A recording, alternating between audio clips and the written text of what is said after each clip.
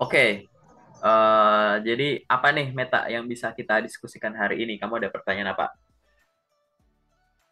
Ada sih. Sebenarnya Mm-mm. kan saya udah masuk ke beberapa dunia kerja, udah banyak interview juga. Mm-mm. Untuk kesulitan saya alami sih pasti di tahap interview, Pak. Karena Mm-mm. eh, obrolan antara saya sama HRD itu, yang pertama tuh yang saya bingung, apa aja sih yang sebenarnya tuh yang harus saya tanyain poin-poin penting untuk dari si perusahaan yang saya lamar itu. Kayak kemarin saya sempat eh, interview Di suatu itu perusahaan gitu ya. Mm-mm. interview di suatu perusahaan. Jadi saya masih masih kerja di tempat lama. Terus Mm-mm. saya interview karena saya ngerasa perusahaan yang baru nih lebih dekat jaraknya gitu kan. Dan ternyata pas dinilai dari salary pun lebih tinggi. Ya udah akhirnya saya memilih di sini. Saya dipanggil interview, terus ditanya sampai akhirnya saya bingung mau ngelontarin pertanyaan apa lagi. Nah, sampai HRD-nya kesalahan saya tuh nggak nanya jam kerjanya dari jam berapa, terus benefit apa aja yang saya dapetin. Karena saya pikir, oh, saya udah dipanggil berarti saya diterima kayak gitu. Sampai kata HRD-nya tuh bilang kayak gini, kamu yakin gak ada yang mau ditanyain lagi? Emang kamu mau saya suruh kerja dari pagi sampai malam kayak gitu? Sampai akhirnya di situ saya baru kepikiran pertanyaan, oh iya, jam kerjanya berapa, terus jam kerjanya dari jam berapa sampai jam berapa, terus benefit apa aja yang saya dapetin, kayak gitu. Bahkan kalau saya bingung pun untuk salary, kalau negosiasi gaji, Pak. Kayak saya ditanya gaji di perusahaan sebelumnya berapa, kayak gitu. Menurut Bapak tuh ada baiknya saya menjawab sejujurnya atau saya lebih tinggiin lagi atau sesuai kapasitas saya kalau untuk negosiasi gaji seperti itu. Nego, Iya, ulangin kataku, nego. negosiasi. Oh, negosiasi. Oke ya. Oke. Nah, Jadi aku jelasin dulu satu-satu terkait dengan pertanyaan interview. Kalau kamu diberikan kesempatan untuk nanya, gitu. Ada lagi nggak yang ditanyakan? Kalau dalam tahap interview HR, kamu silahkan boleh menanyakan terkait dengan budaya bekerja, gitu. Budaya bekerja ini, ya, kamu boleh menanyakan terkait dengan apa ya, macam-macam, gitu. Misalkan gaya berpakaian, ada nggak kegiatan di luar kantor yang suka dilakukan bersama, misalkan, gitu. Ada hobi bareng yang dilakukan karyawan sama nggak? Atau kalau nggak usah itu. Apa misalkan pengembangan diri kamu sebagai karyawan, Pak atau Bu, di sini apakah ada pelatihan rutin atau pelatihan berkala yang diberikan oleh perusahaan kepada karyawannya? Jadi kursus ini, atau mungkin nanti setelah sekian lama ada kelas training oleh HR biar orang-orang yang level baru ini bisa jadi jago ini itu gitu. Ada nggak kayak gitu? Silahkan tanyakan itu. Jadi tanyakan hal-hal yang sifatnya potensi berkembang gitu. Jadi masih banyak ya pertanyaan yang bisa ditanyakan. Aku notes di sini bahwa kamu nggak usah nanyakan soal benefit kalau memang mereka nggak ngobrolin di awal gitu. Oke, soal gaji gitu-gitu nanti aja itu. Kalau mereka yang memulai obrolan, fokuskan dulu terhadap hal-hal yang menjadi penyebab gaji atau penyebab upah. Dapat uang, dapat gaji itu kan akibat, ya kan? Kamu ibaratnya nggak usah nanya pun tetap dapat gaji kan, gitu. Nah, maksudku adalah tanyakan dulu penyebab adanya gaji atau upah, gitu. Itu biar kamu kelihatan profesional dan memang kamu berfokus pada pada pekerjaan kamu. Karena kalau dengan pekerja lebih wow, lebih bagus, tanggung jawab lebih tinggi, gaji pasti ngikutin gitu. Dan itu ibaratnya biar rekruternya itu yang membuka obrolan kalau ngomongin soal gaji gitu.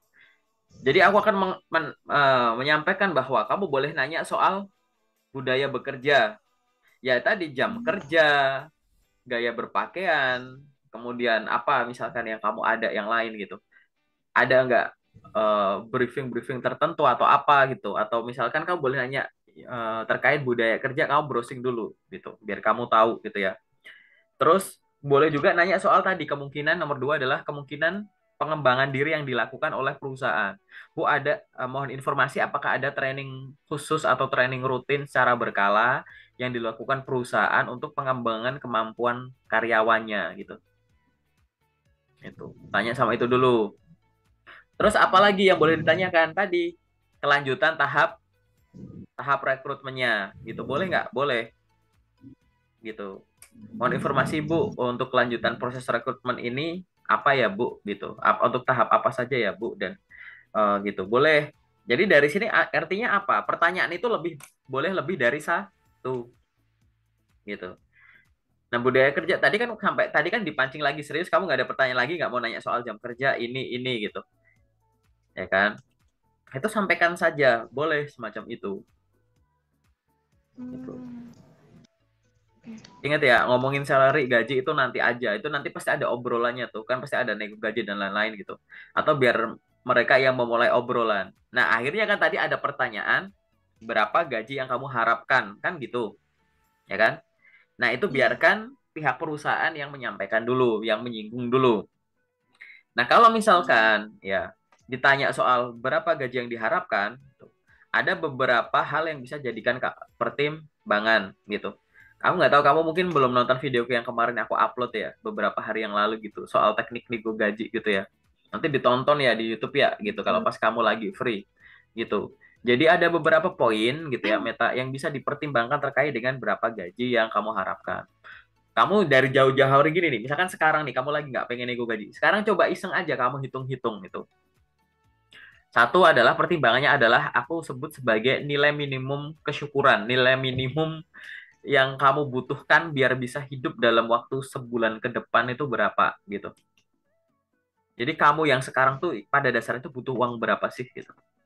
Kamu harus menetapkan nilai minimum ini biar nanti bisa mengantisipasi kemungkinan kayak kok cuma segini nggak cukup segini gitu. Biar tahu batas bawahnya gitu loh.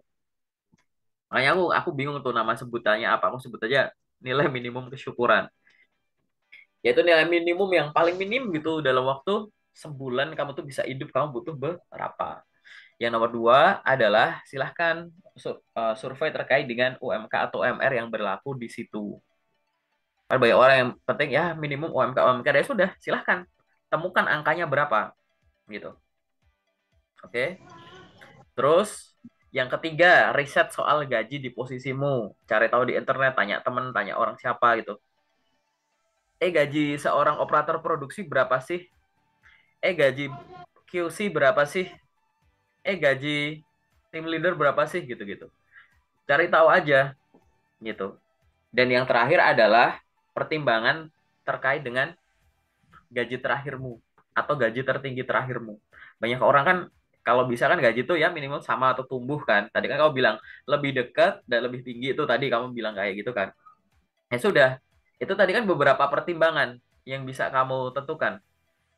Kalau ideal kan semua hal ini kan terpenuhi gitu, ya kan?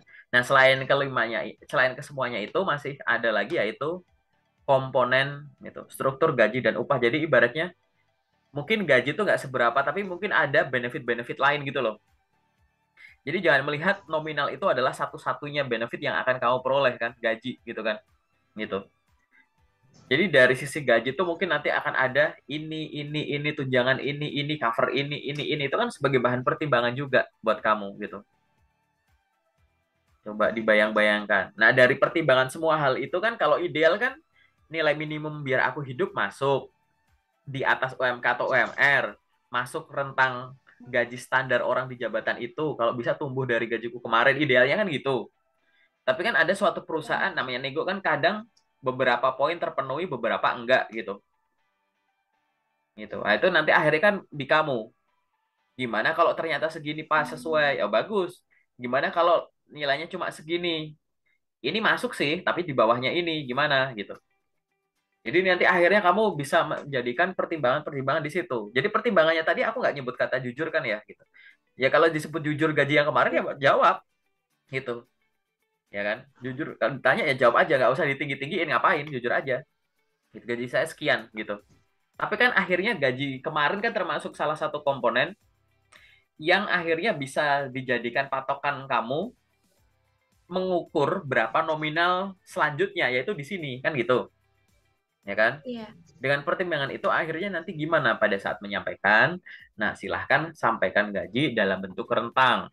Berdasarkan pengetahuan dan pengalaman saya di bidang ini selama sekian tahun, saya ingin mengajukan gaji antara sekian sampai dengan sekian juta per bulan gitu. Sampaikan aja kayak gitu. Tapi angka yang kamu sebut itu bukan angka asal. Kamu tetap ibaratnya akhirnya kalau nanti ditawar, di-okein langsung atau enggak, kamu jadi udah ada respon cepatnya. Kenapa? Karena sebelumnya ya kayak gini, kayak sekarang gini, kamu udah tahu pertimbangannya apa aja. Jadi sekarang kamu udah harus tahu dulu. Nanti kalau aku kerja di bidang gini-gini, aku nyampaikannya sekian gitu, rentang. Cari skenario terburuk, misalkan rentangnya sekian, tapi ditawarnya batas paling bawah, gimana? Nah, harapannya kan batas paling bawah ini kan udah sedikit lebih tinggi daripada gajimu kemarin, misalkan. Atau dia minimum banget lebih lebih tinggi dari apa? Nilai minimum kamu bisa hidup sebulan itu loh, gitu. Gitu kan. Jadi kalau kamu tahu, oh aku hidup sebulan tuh minimum tuh 3 juta gitu. Ya udah, kalau nego gaji diatasin dong. Jadi kalau nanti nggak diambil, Iya. diatasin ya terserah mau 3,5 atau 4 juta. Jadi kalau yang di bawah, batas bawahnya dinego ke bawah, harapannya itu nggak lebih bawah dari kebutuhan minimum kamu sebulan gitu loh. Gitu. Paham ya? Nanti coba Iya, lebih Kak. detailnya lihat di channelku yang itu. Jadi intinya adalah ada beberapa poin tadi. Kalau ditanya silahkan jawablah dengan jujur. Lalu kalau mau jawab berapa, jangan kayak nebak, saya ingin sekian. Ya nggak kayak gitu. Sampaikanlah rentang dan pertimbangan kamu nyampein itu apa. Mempertimbangkan kemampuan boleh nggak? Boleh. Ingat, kalau kamu itu nggak usah minder dengan kemampuan kamu. Sampaikanlah dengan pede dan jujur gitu kan. Itu. Dan sampaikan ya, misalkan misalnya bisa nego ya, saya gitu. Saya tapi, namun saya tetap masih open untuk negosiasi gitu. Berdasarkan pengalaman saya selama sekian tahun di sini, saya ingin mengusulkan gaji atau saya ingin mengajukan gaji antara sekian sampai dengan sekian per bulan gitu. Gitu. Mungkin kayak ya akan kami ajukan dulu atau kalau misalkan nggak segitu, kalau segini gimana gitu. Gitu. Apabila saya mengiyakan jawaban segitu, mohon informasi tambahannya Ibu. Misalkan kamu sampaikan gitu, mohon informasi tambahannya gitu. Boleh tahu untuk benefit lain yang diperoleh oleh orang yang ada di posisi ini nggak Bu selain gaji gitu. Nanti akhirnya kamu pertimbangan di situ kan ya, dipertimbangkan gitu. Mohon informasinya Iya. Ibu gitu. Apa terkait dengan komponen benefit lain yang bisa diperoleh oleh orang di posisi ini Bu gitu. Sekian boleh gitu. Kayak gitu. Jadi akhirnya kan terbentuk dua hal ini ya gitu. Nah ini kan dua dua jenis pertanyaan interview yang menurutku kamu ini adalah momen kamu bisa negosi baik terkait dengan ada pertanyaan lagi nggak itu kan kalau sama, jangan pernah bilang nggak ada pertanyaan yang tadi ya ada pertanyaan lagi ya harus ada pertanyaan. Nah harus ada pertanyaan ini jangan mengada-ngada pertanyaannya. Orang yang tanya karena pengen tahu sama formalitas pengen nanya ngetes uji itu ketahuan nanti ya kan tanyalah gitu. Yang kamu bener-bener pengen tahu, makanya tadi gitu. Mau informasi Ibu terkait dengan budaya kerjanya, misalkan gaya berpakaiannya, apakah ada pakaian khusus di hari khusus, kemudian apakah terkait dengan tadi jam kerjanya Ibu, sistemnya shiftingnya bagaimana gitu. Berapa shifting, berapa berapa sistem shifting, dua atau tiga sistem shifting gitu. Kalau untuk perempuan wanita bagaimana gitu gitu. Boleh atau menanyakan terkait dengan mohon informasi Ibu, apakah ada pelatihan khusus yang diberikan oleh perusahaan untuk mentraining atau melatih karyawannya mengupgrade skillnya gitu, yang secara berkala diberikan gitu. Oh gini-gini ya gitu. Oh baik Bu, ada lagi nggak pertanyaan? Iya Bu, mohon informasinya untuk kelanjutan proses rekrutmen ini bagaimana ya kayak gitu. Gini-gini ya gitu. Itu yang tadi, terus yang soal gaji tadi. Banyak hal yang bisa kamu pertimbangkan. Jangan pernah bohong terkait dengan gajimu yang terakhir kemarin berapa. Toh nanti kalau kamu udah bohong terus disuruh ngumpulin mana slip gaji terakhirmu ternyata dicek kamu tinggi-tinggiin, mending jujur di situ, waktu nego ditinggiin. Atau waktu nego kamu sampaikan rentang. Nah rentang ini bukan asal ngomong, bukan kayak saya ingin sekian juta, padahal nggak cukup tuh ternyata gitu kan. Gitu. Atau saya minimum UMK atau UMR gitu. Kayak segitukah Anda, segitukah kamu menilai inimu sendiri gitu. Ya nggak apa-apa kalau semacam itu, tapi sampaikanlah dengan elegan gitu. Gitu. Nah, dua hal ini adalah jawaban dari pertanyaanmu tadi ya gitu. Nanti di sesi detail kita latihan ya, Meta ya gitu. Ada lagi nggak pertanyaan? Mungkin boleh soal interview karena pengalaman kerja kamu kan banyak nih gitu. Jadi kalau mau ditanyakan apalagi. Sebenarnya saya baru terjun ke dunia kerja itu kurang lebih 1 tahun lebih di Maret 2021 Pak. Karena saya lulus tahun 2020 dan kalau menghadapi situasi interview seperti itu tuh itu memang benar-benar buat saya gugup. Jadi ketika saya udah selesai interviewnya, oh iya, kenapa ya nggak nanya ini, kenapa ya nggak nanya ini gitu. Jadi ketika saya berhadapan langsung, saya malah nggak tahu apa yang harus saya tanyain. Ketika udah selesai, baru saya ingat apa yang harus saya tanyain. Kayak gitu. Itu sih sebenarnya kekurangan saya. Makanya saya suka banget kayak ngobrol, ngelatih diri sendiri. Karena emang bener-bener kalau ngomong face to face tuh masih belum pede dan nggak tahu gitu. Gimana caranya buat bisa komunikasi. Nah, ini yang kamu sampaikan ini menarik ya. Jadi yang kamu sampaikan barusan itu adalah masalah dan solusinya sekaligus. Jadi barusan kamu tuh cerita soal masalahmu dan kamu juga menyampaikan solusinya gitu. Jadi bahasaku kalau kamu menyampaikan itu responku ya keep going gitu. Lakukan aja terus betul bahwa pada saat kita tidak terbiasa untuk menyampaikan hal-hal dengan topik tersebut, atau kita nggak terbiasa ada di situasi semacam ini, di mana saya harus datang ke suatu tempat yang saya baru tahu, ngobrol sama orang yang baru pertama kali ketemu, tiba-tiba diberikan pertanyaan yang tidak terduga gitu kan, itu memang butuh persiapan. Nah, masalahnya bagusnya adalah interview itu bisa kamu siapkan jauh hari. Yang bisa kamu siapkan tuh ada dua hal. Ingat ya, interview itu kan komunikasi ya, transfer info kan, gitu. Maka yang namanya transfer informasi itu minimal tuh ada dua unsur utama yang bisa kamu upayakan biar kamu nggak gugup, nggak ngeblank. Yang pertama adalah dari si materinya, yang satunya adalah dari medianya. Materi ini ya infonya, gitu kan. Yang medianya itu ya lewat apa ya? Medialisan, teknik kemampuan komunikasi kamu. Karena kadang orang gugup tuh karena nggak siap dari materinya, nggak siap dari topiknya, atau nggak siap dari aku tahu harus ngomong apa kak tapi aku belibet jadi dia nggak ngelatih kemampuan komunikasinya biasanya itu akan gugup tuh dari salah satu dari dua ini. Nah, jauh-jauh hari sekarang latihlah dua hal ini. Tadi kamu bilang aku ngelatih praktek itu benar, itu untuk melatih kemampuan komunikasi kamu. Jadi ibaratnya mau interviewnya lewat telepon, lewat Zoom atau datang langsung gitu ya Meta ya, itu hasilnya sama saja gitu. Jadi mau lewat Zoom, mau datang langsung gitu kan, atau lewat telepon, hasilnya sama saja gitu. Dilatih gitu kan.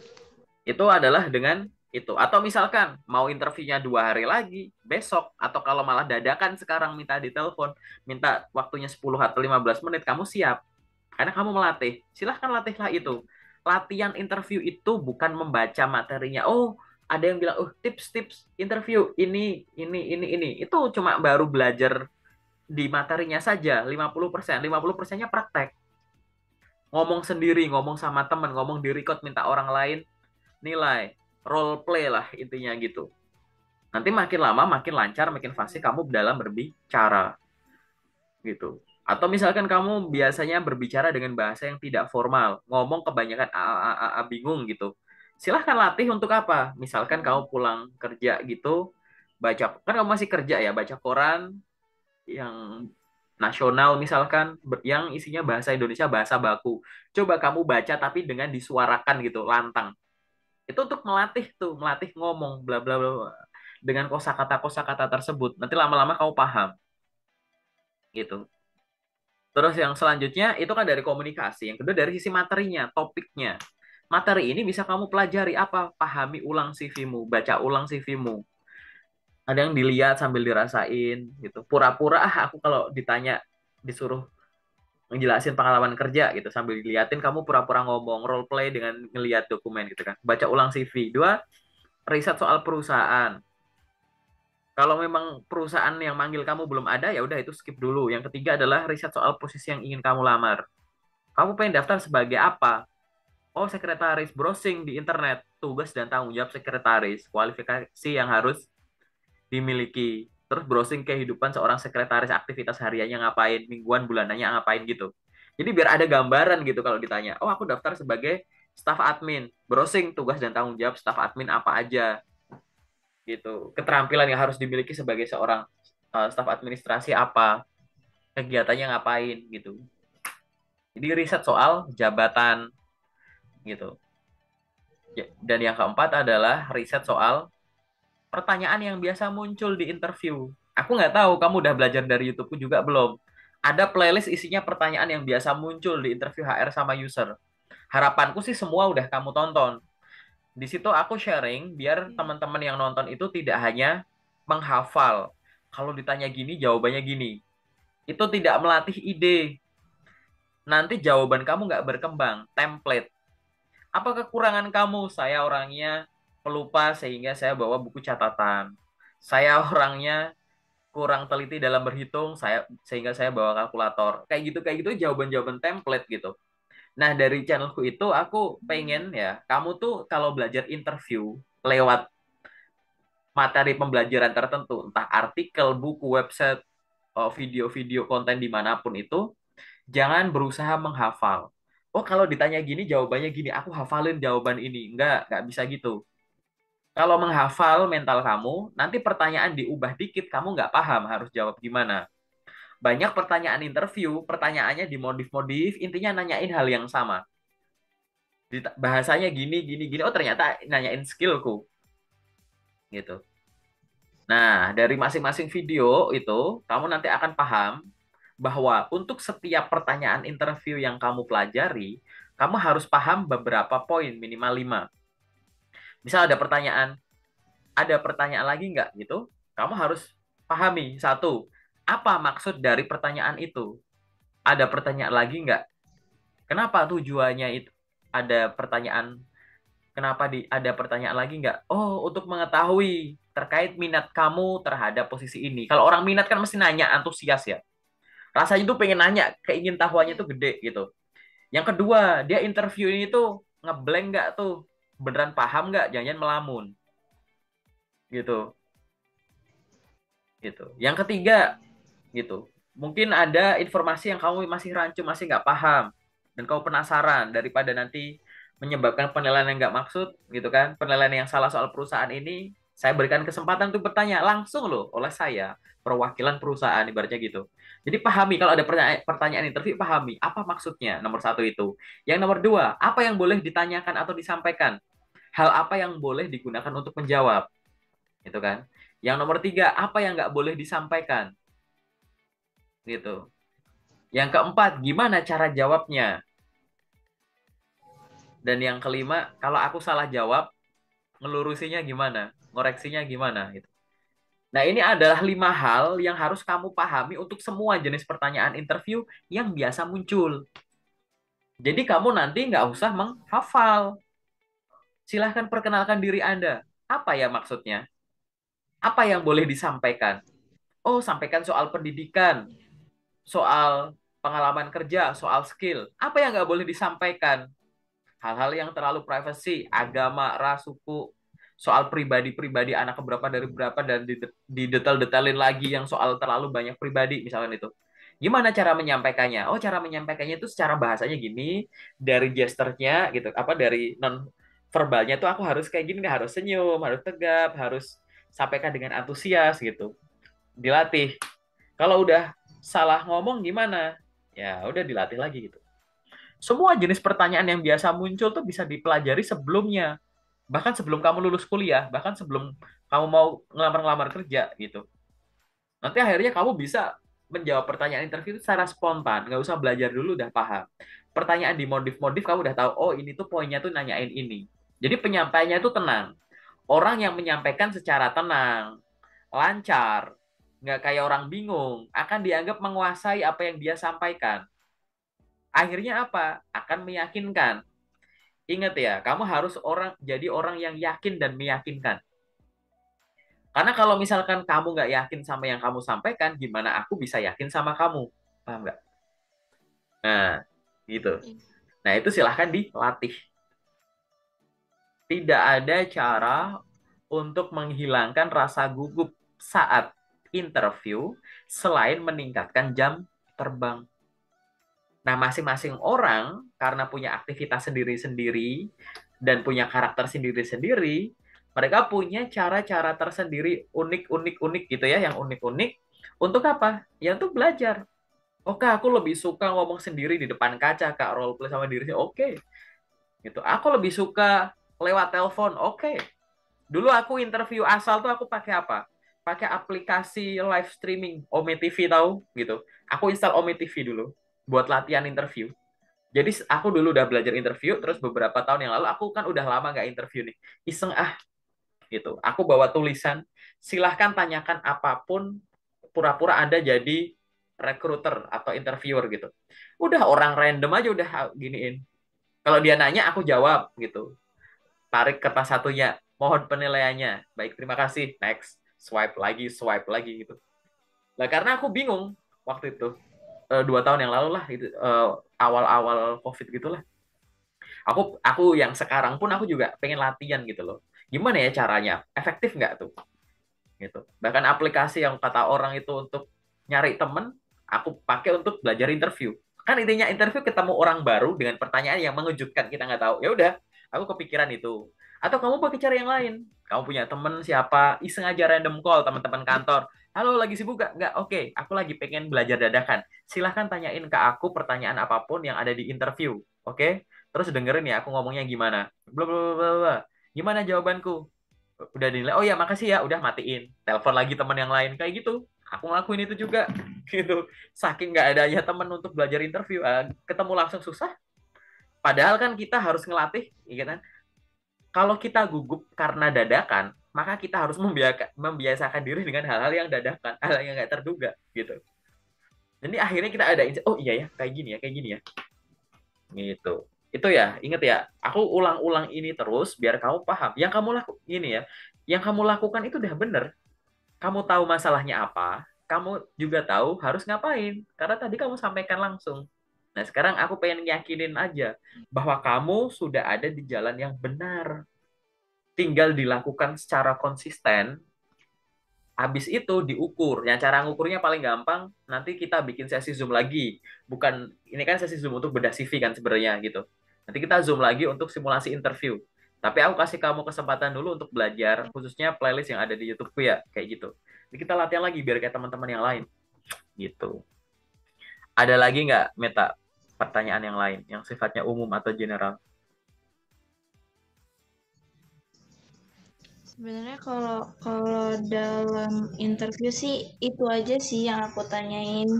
Ya, menurut aku sendiri kekurangan aku itu kesulitan aku cuma di komunikasinya aja. Kurang penyampaian dari diri aku sendiri.